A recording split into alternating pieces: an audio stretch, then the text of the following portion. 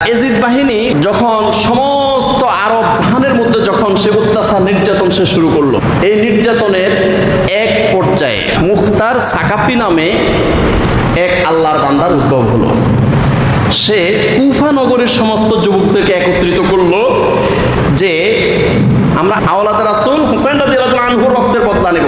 সব যুবক একসাথ হয়ে গেল। একসাথ হয়ে যাওয়ার পরে এই মুখতার সাকাফির নেতৃত্বে এমন আক্রমণ করলো, এজিদের লক্ষ লক্ষ সৈন্য সব মারি একদম খতম করে ফেললো। মুখতার সাকাফিকে বলা হয়েছে আপনি কি করবেন? মুখতার সাকাফি বলল, এজিদের যত সৈন্য সামন্ত আছে একটাও যতদিন বেঁচে থাকবে এই পৃথিবীতে ততদিন পর্যন্ত আমার যুদ্ধ চলবে, আমি ওই দিন পর্যন্ত আমি থামবো না। ইবনে জিয়াদকে খতম করার পরে আর বাকি রয়েছে কে? এজিদ।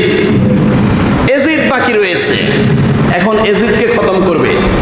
এজিদকে ধরার আগেই আল্লাহ সুবহানাহু ওয়া তাআলার হুকুমে এজিদের গায়ের মধ্যে কুষ্ঠরোগ হয়ে গেছে, পচন রোগ হয়ে গেছে। পচন রোগ হইয়া এজিদ ওই পচন রোগে শেষ হয়ে গেছে। ঠিক আবু লাহাবেরও একই দশা হয়েছে। আবু লাহাবেরও এই প্লেগ রোগের কারণে পচে পচে সে মারা গেছে। ঠিক হযরতে শাহজালাল ইয়ামানী রাহমাতুল্লাহ আলাইহির সাথে যে বেয়াদবি করেছে, নাম কি? গৌর গোবিন্দ। ঠিক তারও একই পরিণতি হয়েছে। এই গৌর গোবিন্দ